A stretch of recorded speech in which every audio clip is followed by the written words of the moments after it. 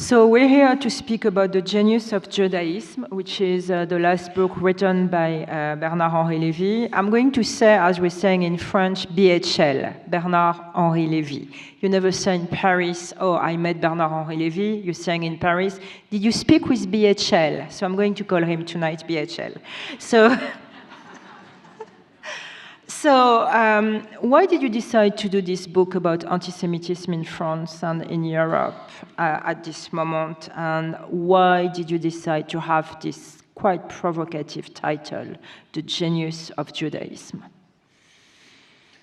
First of all, I must warn you that my accent is much worse. Be aware of that. You had a very pretty good example of what a French accent can be. With me, it will be worse. So, number one, it's not really a book, as you know, about anti-Semitism. Anti-Semitism is only the starting of the book, because I do believe that Jews and Democrats have much better things to do than dealing with anti-Semitism, which is, at the end of the day, the problem of the anti-Semites more than mine. You're right, it's just the first chapter of the book, and then you speak about different issues. Number two, the chapter is important in the book, and I wanted to start the book with that, because it was important for me to stress the fact that there is a new form of anti-Semitism today. A new pattern, a new system of legitimation, a new way of convincing large bunches of folks and of people to embrace anti-Semitism. And this new pattern, I try to demonstrate. It's not a plea, it's, I hope, a real demonstration, algebraical demonstration. The new pattern is based on 3 points. Number one, denial of Holocaust. Number two, anti-Zionism. Number three, rivalry of victims. This is the new pattern. This is a new enemy. If you are not aware of that, you miss the point. And maybe the most important aspect of the thing, I believe at the same time that anti-Semitism is on the rise, is going up, of course, with very terrible events, with death, dead people, killing. Today in France, the anti-Semites kill Jews, which did not happen since a long time, on one side. On the other side, I think that the anti-Semites are at the edge of being defeated. I don't believe that they are winning. I don't believe that they are the peak or the crest of the wave of the French society. And I believe that if you compare anti-Semitism today to what it was in the 30s of the last century, or to what it was in the time of the Dreyfus affair, it was probably more offensive, more concerning in this time than today. And I wrote this book also to say that, to say to the Jews and to just the normal people that who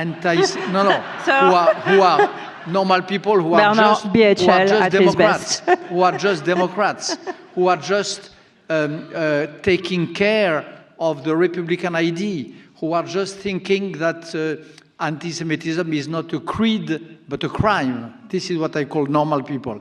I'm trying to tell them that they are at the edge, at the verge of winning the game. So when I was a journalist, everybody was telling me, you know, when you do an interview with BHL, it's really difficult to cut him off. So, because he's really passionate about what he's saying. I just would like to add two things. I would like to explore with you in a few moments what's happening also in the United States, because I think in your book you describe also anti-Semitism in the United States. But before that, I would like to pause for, again, a few minutes to think about a story which is really the symbol for me of anti-Semitism in France. And I would like to ask you to raise your hands if you know who was Ilan Halimi. Ilan Halimi, H-A-L-I-M-I, Ilan Halimi.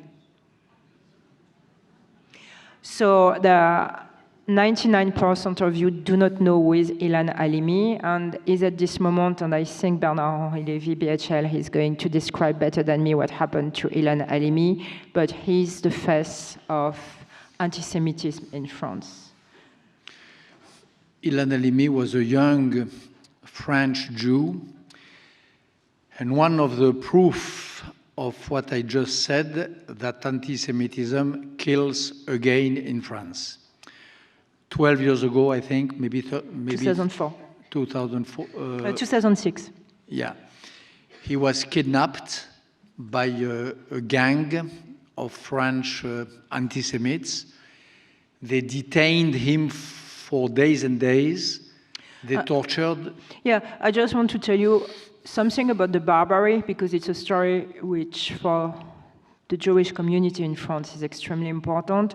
He was a young guy. He was 22 or 23 years old, and he loved to party. And he went to a nightclub to dance with some people, and he met a beautiful young girl, and he wanted to bring this young girl to his home. He brought the young girl to his home, and when they were in the apartment, the young girl called some guys, and it was a gang, and they kidnapped him and they tortured him.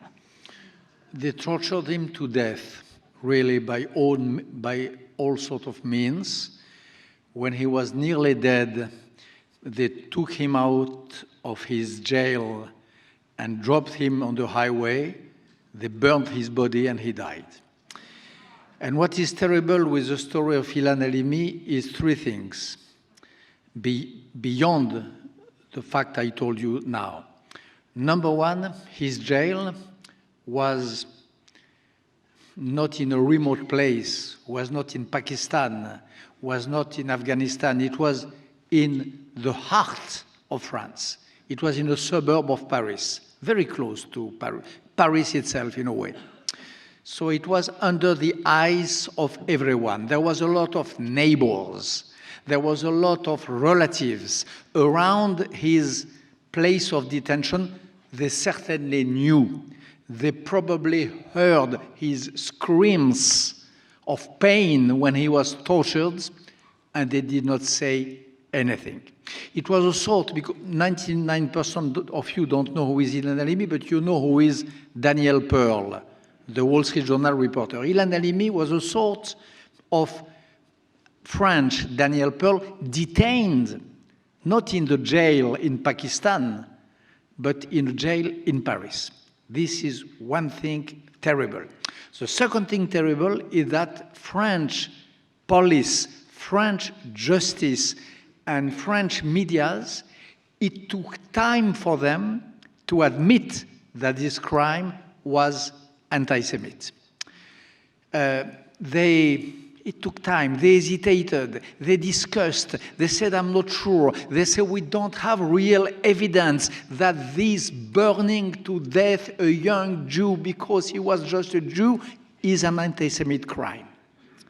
This is the second thing which adds to the sorrow. And the third thing which adds to the sorrow happened just a few days ago, 2 or 3 days ago.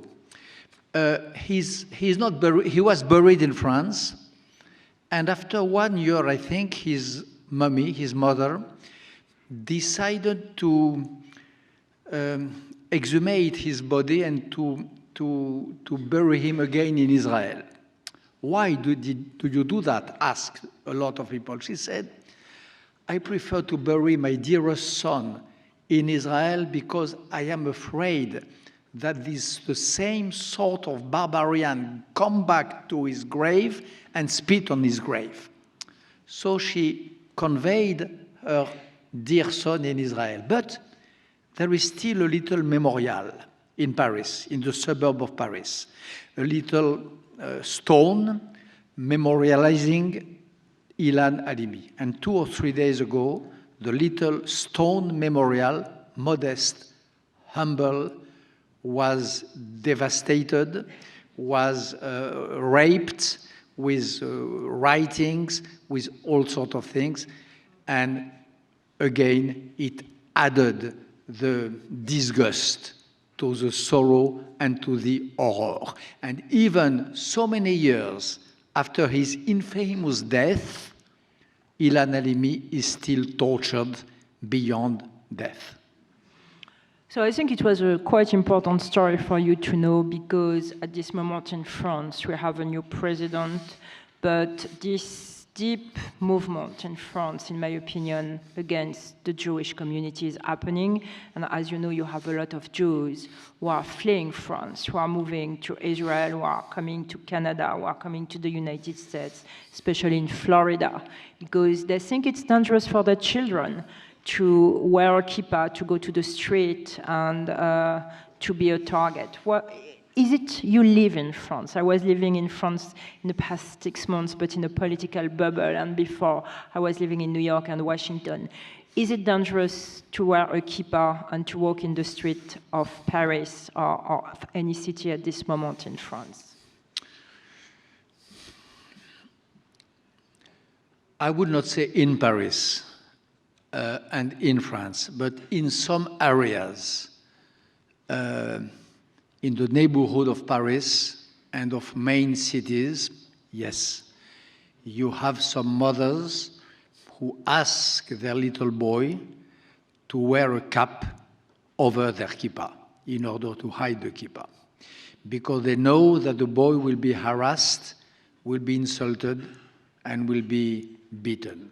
There is a few areas, a few neighborhoods where this happens, yes, unfortunately. What's the situation in Europe? Because we saw in the past elections, the far right made a lot of progress in the last German elections, Austria also. You said in your book that some supermarkets in Europe make sure that products made in Israel are not sold. You say that also in your book that at a Spanish music festival, a singer was censored because he was Jewish. You said that the wife of Johnny Depp, Vanessa Paradis, refused to sing in Israel. And you're saying also, and I didn't know that the FIFA, which is the European Soccer League, like the baseball team, banned the Tel Aviv soccer team to play. So what's your situation about anti-Semitism in Europe at this moment?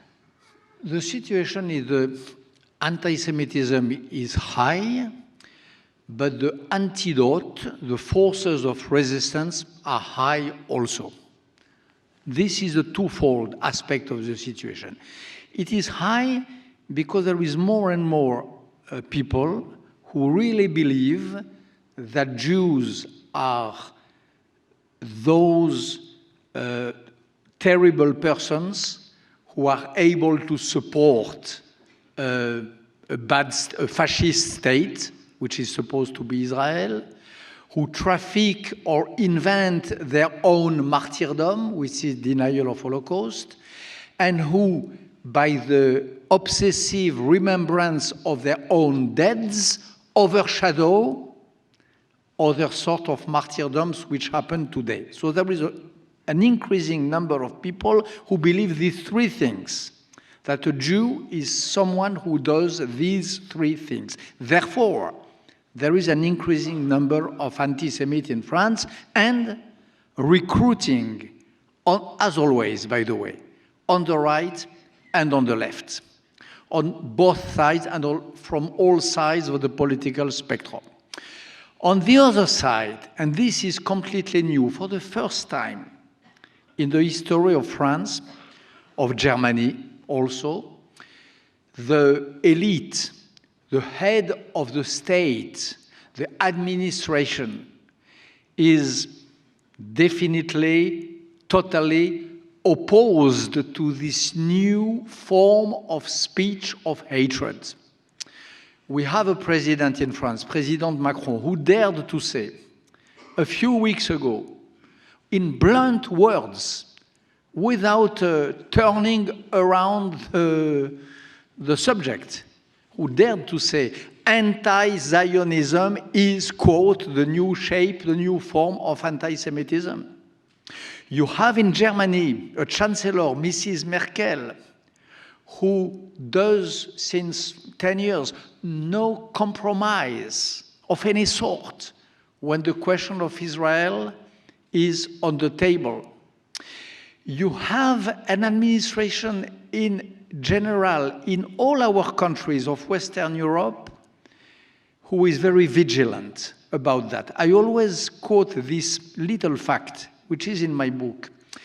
In France, in 1936, the year of the Front Populaire, which is a great moment of French history, Front Populaire, which is a popular moment with a great leader called Léon Blum who came into power and so on.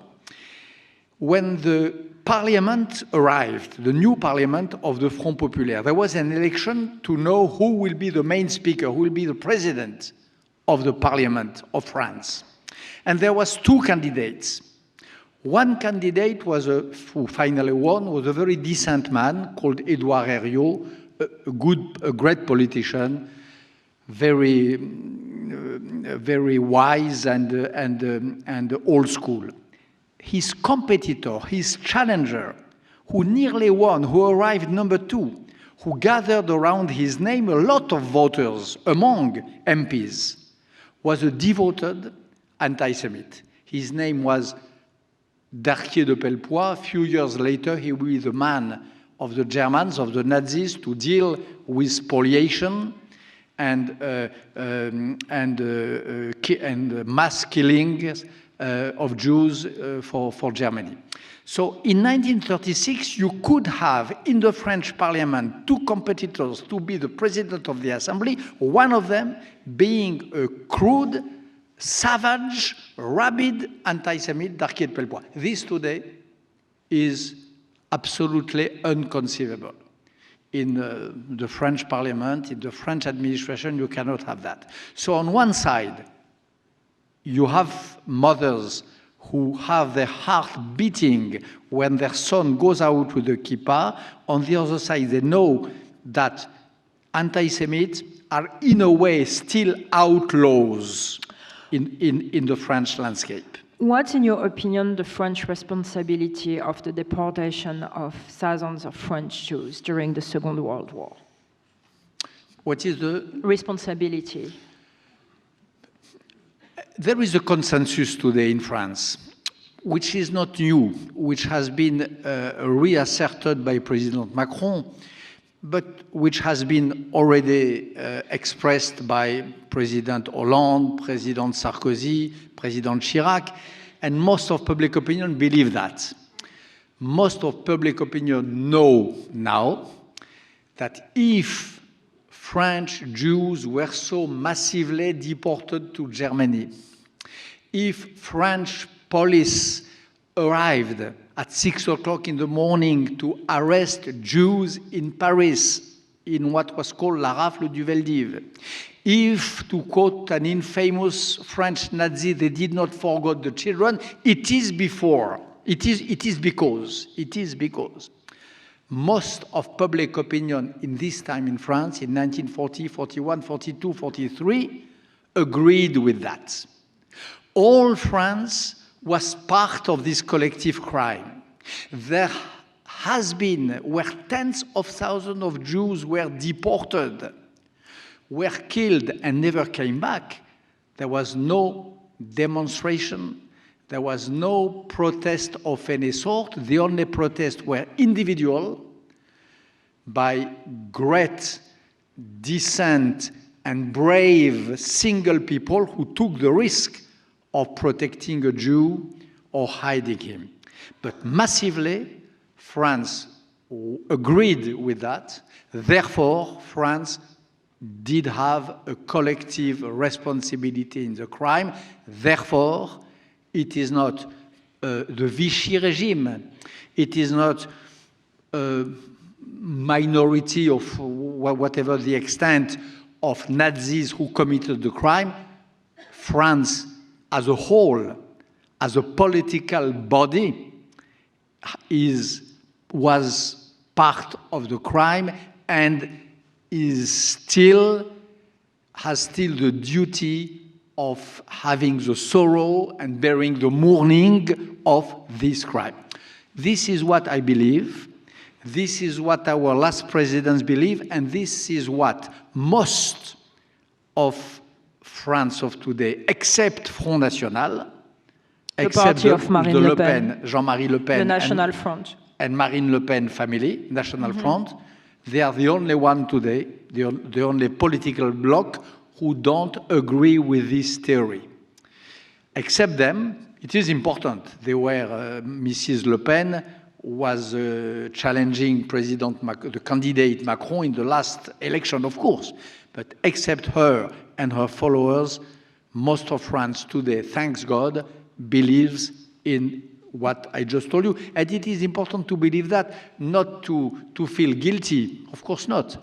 But it is important to admit that in order not to repeat the crime, in order to know what France is able of, in order to know what could happen again if we did not take care of and if we did not remember. You're talking also in your book about what's happening in the United States, and I thought you were asking a very interesting question regarding anti-Semitism. Has the United States caused the bug? What do you think? Because we saw recently with the white supremacist movement in Charlottesville, with the political atmosphere, that something is happening in the United States that I never saw before. My dream was to come to the United States in 1992. My parents were Jewish. Their dream was to have their daughter emigrating to the United States. And now, with what happened again recently in Charlottesville, I have the feeling I'm in a very different country than in the 90s.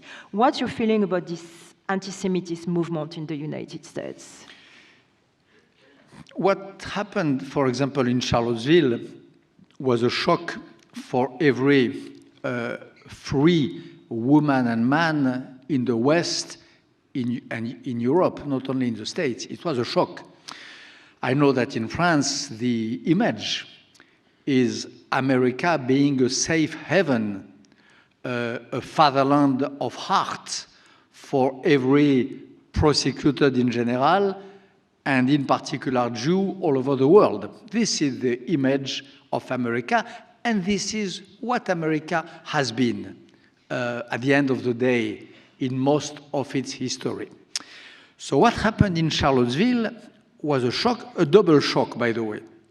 Shock number one, because got out of the caves all these white supremacists whom we believed to be like ghosts, but they were really here. And number two, your president, who said that he did not want to take sides between two parts who had equally committed violent acts. So this twofold aspect of the story was a shock for all of us. All of us, I mean all real friends and lovers of America. All those who believe in America, the shining star upon the hill, all those who believe in American exceptionalism have been shocked by that, of course. Do you think the president, I just would like to ask you a question about that. Do you think President Trump is deteriorating the image of America in the world? Yes, I think he did. Alas. Alas, because this sort of deterioration, I'm not sure they can be repaired overnight. I'm not sure they don't leave behind them a lot of bleeding wounds. It will not be settled so well. So yes, there is a degradation, and it isn't the only one. But in the same time, he's very pro-Israel also.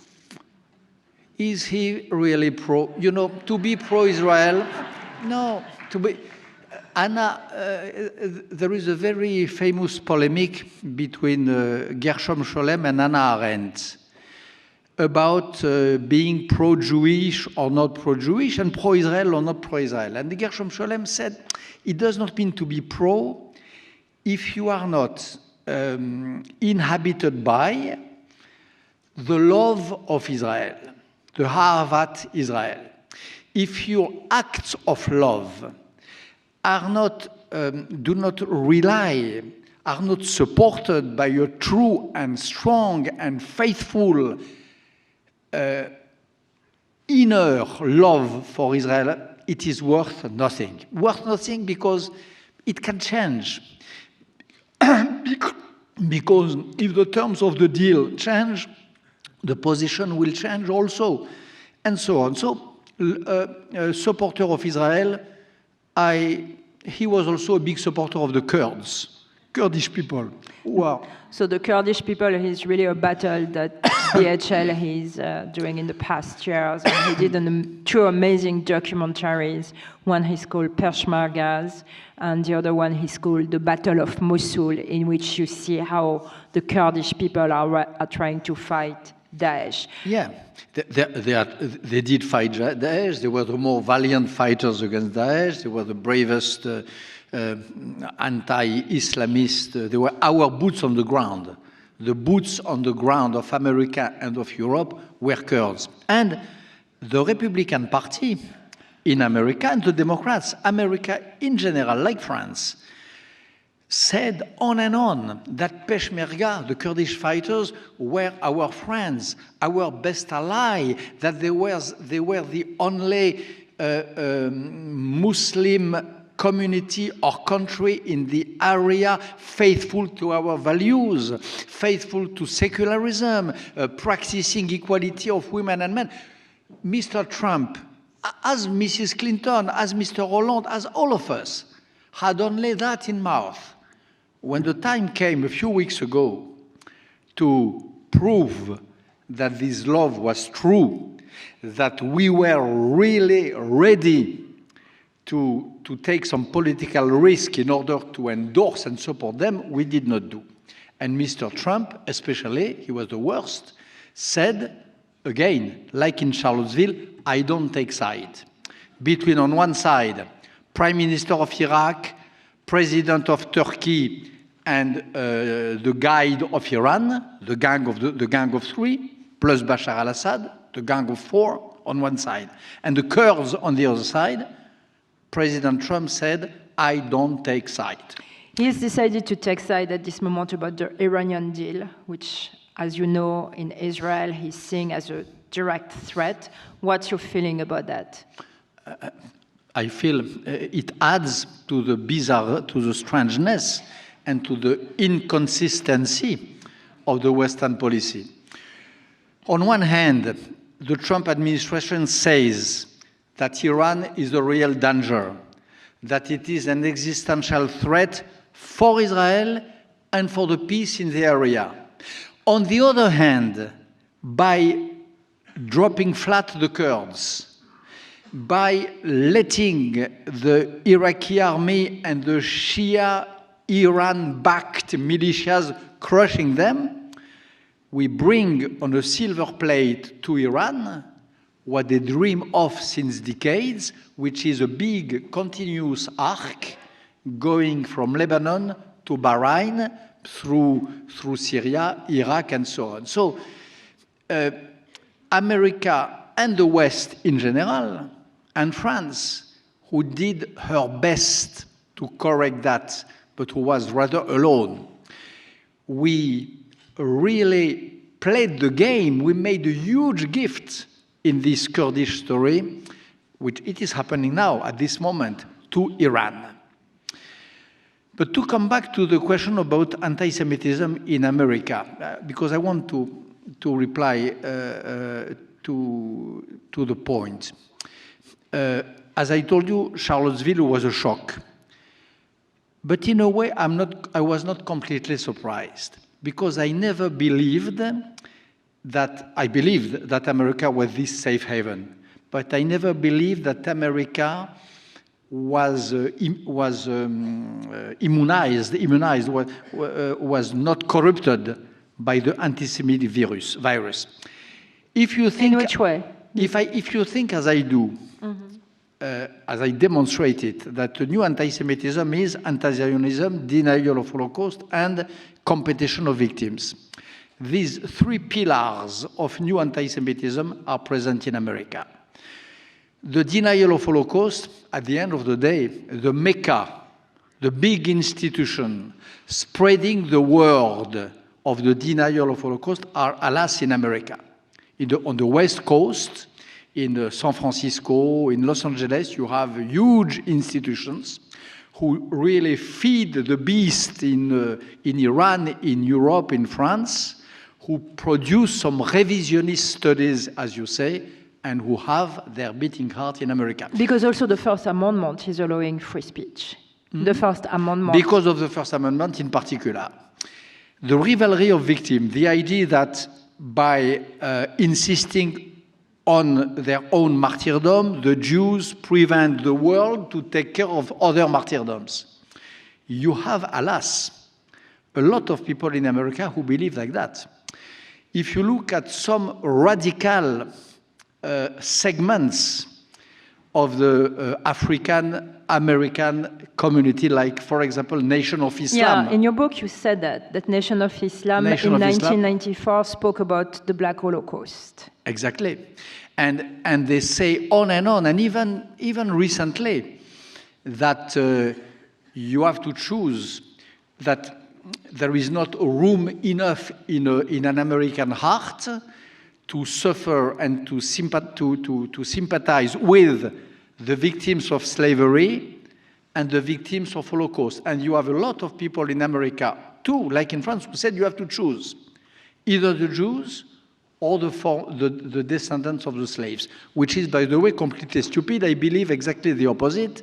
I believe that the sorrows feed each other, and that it is when you have in your heart and brain the memory of Holocaust that you are ready to sympathize and to see the coming of other sorts of suffering, bloodbath, slaughters, and so on. And I demonstrate that in the Genius of Judaism. I demonstrate how in all the second part of the 20th century, each time that you had a real big bloodbath and slaughter, Bosnia, Rwanda, Darfur, and so on, those who gave the alert, those who made the ringing, the wake-up call in the world, in the international community, were each time people who remembered,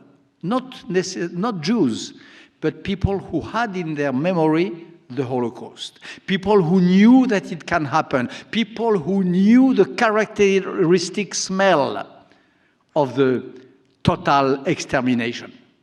It has always been like this. But you have in America, the second pillar, competition of victims, you have also a lot of it. And anti-Zionism, at least the idea that the democratic countries give too much importance to the state of Israel, that they are not tough enough against Israel, that it is wrong to have such a big part of the national diplomacy of America dictated, quotes, by Israel. You have a big tendency of that also in America. I remember 10 years ago a book of two American scholars, Meir Shamer and Waltz. One, I think, was of Chicago, maybe not. This book about the American Zionist lobby, as they said, this book was a concentrate, was a cocktail of crude and strong anti-Zionism, which was probably more sophisticated and more violent than what we can have in Europe. So this to say, if you add to that, by the way, one word, if you add to that BDS, boycott, disinvestment, sanction, and if you add to that these two jaws of the beast, which are on the one side the white supremacist Charlottesville, on the other side the BDS campuses with some sometimes good-willing students who buy the theory and embrace the idea that Israel is a guilty country who has to be punished as such and whose products have to be banned, you have, alas, in America, a real current, a real wave of anti-Semitism as we have in Europe. Okay, I disagree a little bit with you, but I don't want to begin an argument here. I just think as a Jewish person that America is giving a lot of amazing opportunities to Jews who are coming to this country. And I think it's easier to succeed in America when you're a Jewish person than it's in France and Europe at this moment. That's my personal opinion on that. Of course, I agree with that. I just would like to ask you one more question, and then we're going to open the floor to you to ask questions. But when I was following Donald Trump during the campaign, Donald Trump was always making a joke. Paris is not Paris anymore. And I knew, and I know his joke by heart. He was talking about the Muslim community coming to Paris and coming to Europe, especially after the Bataclan attacks. And Donald Trump was quite almost racist about that. What's the reality of the Muslim community in France at this moment? It's a very sensitive theme when you're in this country, when you're saying to Americans, I'm coming from France, one of the first questions is, what's happening with the Muslim community? The problem is not the Muslim community in France or anywhere else. The problem is with the members of the French community who do not endorse the Republican and common value, who do not endorse our creed.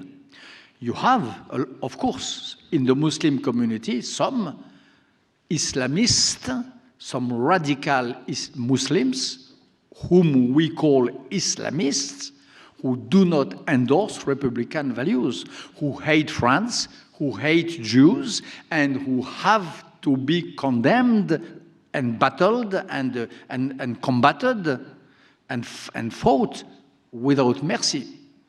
But it is not Muslim as such. There is two dangers in this matter. Danger number one is to believe, as probably Mr. Trump would do if he was French. Thank God he's not. One danger is to say Islam is the problem. It is not true. The symmetrical danger is to say Islam is not a problem at all. It is a symmetrical point. Islamism has nothing to do with Islam. Radical jihadism is only homonym, has just the same name, but just by chance than Islam. Not true. There is a relationship. So to deny the relationship between Islam and Islamism on one side, and to make Islam a block of suspected citizens on the second side, these are the two dangers which any wise and responsible European, French, or American has to try to avoid if we want, number one, to be fair, and if we want, number two, to avoid what the Islamists want, which is the civil war. Thank you so much. We're going to open the floor to some questions. So if I know that the first question is always difficult, but I'm asking you to ask tough questions. Yes. There's a microphone which is coming to you right now.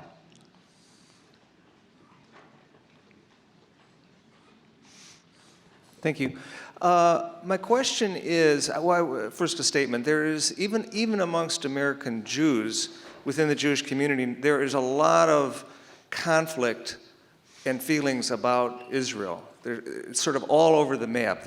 I'm not talking about people who are anti-Semitic, I'm talking about Jews themselves. And I just wondered if you could speak to the way in which I guess what I'm wondering, do you completely conflate, is anti-Zionism, or people who are critical of Israel, is that a synonym for anti-Semitism in your point of view, or is there a distinction to be made about different points of view about Israel that include, on the one hand, complete support of everything the government of Israel does, and on the other hand, people who actually hate Israel, as a country? So are there other gradations? Because it seems like the way you presented it's very black and white. Either you're anti-Semitic or you are supportive of protecting the Jewish people? Is there a gray area in between? It is not black and white. Anyone, starting with you, starting with me, has the absolute right to criticize, to condemn the policy of the government of Israel. Government of today, government of yesterday. This is a democratic rule. We can do that, and we have to do that, and this is democracy.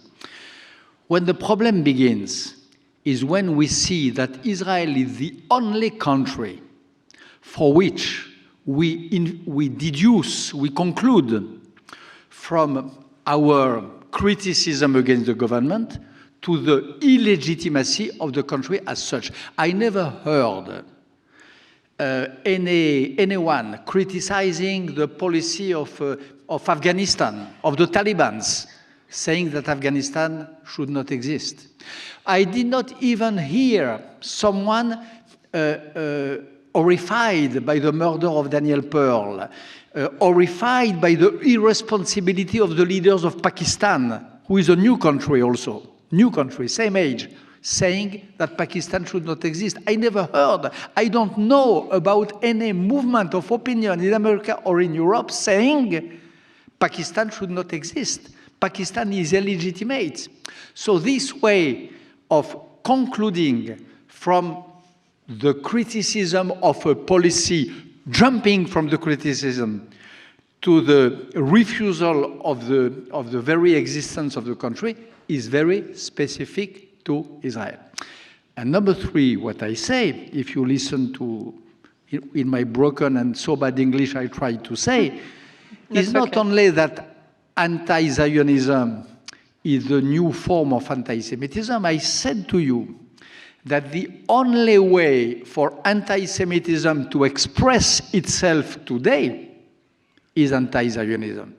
If you are anti-Semite, if you want to be heard, if you want to recruit, if you want, God makes no, but to make a sort of mass movement, the only way to do it is through anti-Zionism. So the question is not, are anti-Zionists always anti-Semite? The question is, how can an anti-Semite deal without being an anti-Zionist?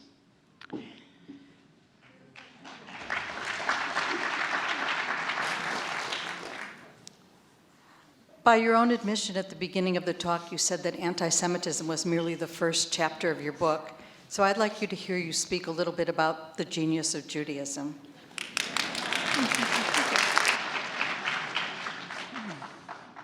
But you still have the book to discover that. It's in paperback now. So I dare to recommend. Genius of Judaism is, we should have to spend hours and hours. But there is one word you know very well, which is humanism. Okay? Humanism. Taking care of the other. Feel responsible for the other person. Feel that you are not the center of the world. Feel that the center of the world is the cursed, damned woman or man of, what did I say, Darfur, Rwanda, Bosnia, and so on, or Kurdistan. This is at the very core of the message which is written in, which is embedded, which is graved in the memory of Judaism. And the genius of Judaism, which is available for anyone, Jew and not Jew, is probably that. This way of saying to the other, especially when he is cursed and martyrized, you first, after you. This is certainly the genius of Judaism. If I had, we have little minutes remaining and a lot of people to ask questions. If I had one sentence for my reply, I would say that.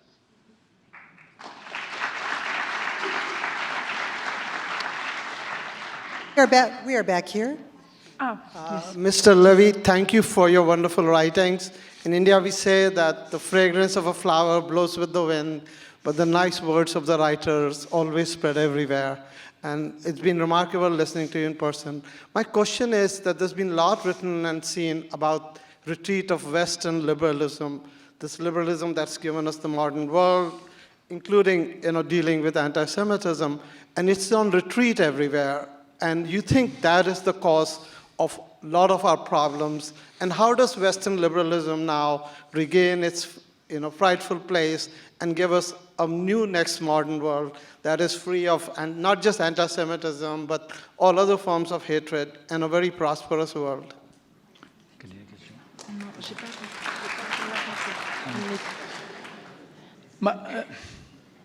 I would say it in another. I would say it in another way. I told you about this crazy argument of the anti-Semite who say, if you speak too much about Holocaust, you overshadow the other slaughters. My conviction is that the anti-Semite of today, the anti-Zionists of today, those who believe that Israel is the guilty number one of all that happened, all the bad which happened in the world, they overshadow all the other sufferings, all the other miseries, all the other unnamed, uncounted, graveless dead and people in the world. You're saying in your book, for instance, I just want to add something which was quite interesting for me. You're saying in your book that when something is happening in Israel, like the war in Gaza, then you see in France and in Europe more and more often demonstrations against Israel, and slowly but surely the anti-Palestinian movement became also an anti-Jewish movement. Could you explain that? My point is not to demonstrate that people demonstrate in favor of Palestinians. That is, of course, I understand that. I am myself favorable since 50 years to a Palestinian state. My surprise, and what is scandalous for me, is that the same who demonstrate for the so-called rights of the Palestinians, I never see them.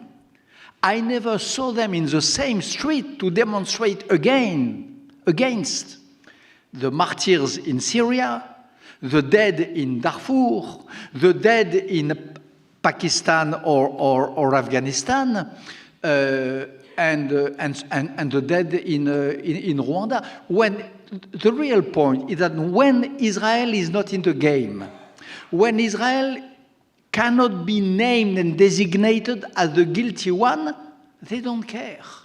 They don't care about... it is good to demonstrate when you have 2,500 people killed in the war in Gaza. But when you have not 2,000, but 400,000 dead in Syria. When it is not Israel the guilty one, but an Arab president, Bashar al-Assad. Why nobody in the streets? Because the only reason, I'm sorry, but tell me if I am wrong, is that they don't care about the victims. They care about Israel. They care about Bashar al-Assad. They want to... when it is Bashar al-Assad who kills 400,000, it's okay for them. When it is Israel who kills 2,000, then it's a huge scandal, and they demonstrate. This is what I wanted to tell you. The anti-Semitism, in the new form of anti-Zionism, overshadows, makes people of today deaf and blind to all the others slaughters of the planet of today. Remember Durban, this place of South Africa where 15 years ago, where all sorts of NGOs gathered in order to condemn racism, slavery, and oppression. People came from all over the world, from Bangladesh, from India, from South America, from Tibet, from all over the world. They condemned because they believed that their time had come, that they had at the end a stage to express their misery. During the 4 or 5 days of the event, the only subject was Israel. The only victims named were the Palestinians. There was only one state considered guilty of all the harm which happened in the world, which was Israel. Conclusion of that, all these people coming from Bangladesh, Darfur, Tibet, and so on, they came back home in tears. They could not express one word. They cannot plead their cause. They were literally banned and overshadowed by this tam-tam, by this vacarme, by this deafening noise made by the pro-Palestinian activists who at the end of the day did not give a shit, did not give a damn about the real misery of the real miserable of today. And this is the second crime of these anti-Zionists. First crime, they rehabilitate anti-Semitism, they give him its new garments, but second crime, they push into despair all the cursed and the damned of today.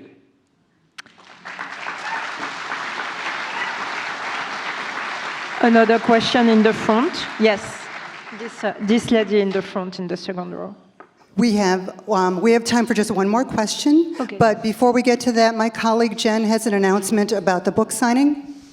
Hi, if you would like your book signed after the program, the signing will be directly out the doors to your right here, and we'll extend the line to your right down the hallway. If you do not want your book signed, you can exit the house through those doors over there. Thank you.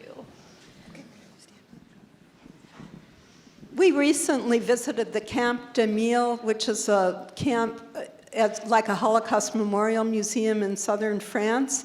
And I wonder if many French people know about it and visit it. And they also, like our Holocaust Museum, Illinois and the US, are trying to spread the word about all the genocides in the world. But are people in France aware of that?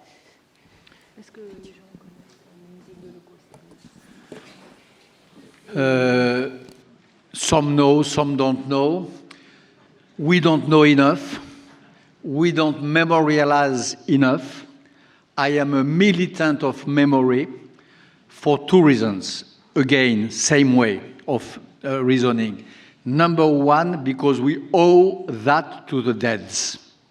Because there are some wounds and some deads who will bleed for long and long. The definition of crime against humanity, according to a great American author, Philip Sands, is that. And according also to French philosopher Emmanuel Lévy, crimes who bleed till the end, who will bleed until the end of the time. So never enough. Never too much. And another reason why we have to know more about all museums of all memorials about Holocaust is because it protects, the memory protects the others. Not only the deads, but the livings, and not only the Jews, but all sorts of human beings who can be tomorrow or day after tomorrow treated as the Jews were. If we know, if we learn how it was possible, how the mechanism could launch itself for the Jews, if we had really known, if there had been many Holocaust museums, more in France and in America, maybe the Rwanda genocide would have been stopped very soon.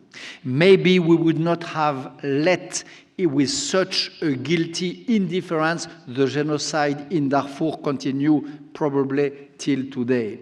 Maybe we would not have let Saddam Hussein 15 years ago, and maybe his followers today committing genocide against the Kurds. if we know what is genocide, if we know, if you and if we know the engineering of the mass crime and of the crime against humanity, then we have a little tool, hopefully, to prevent the return of the crime and the comeback of the ghost.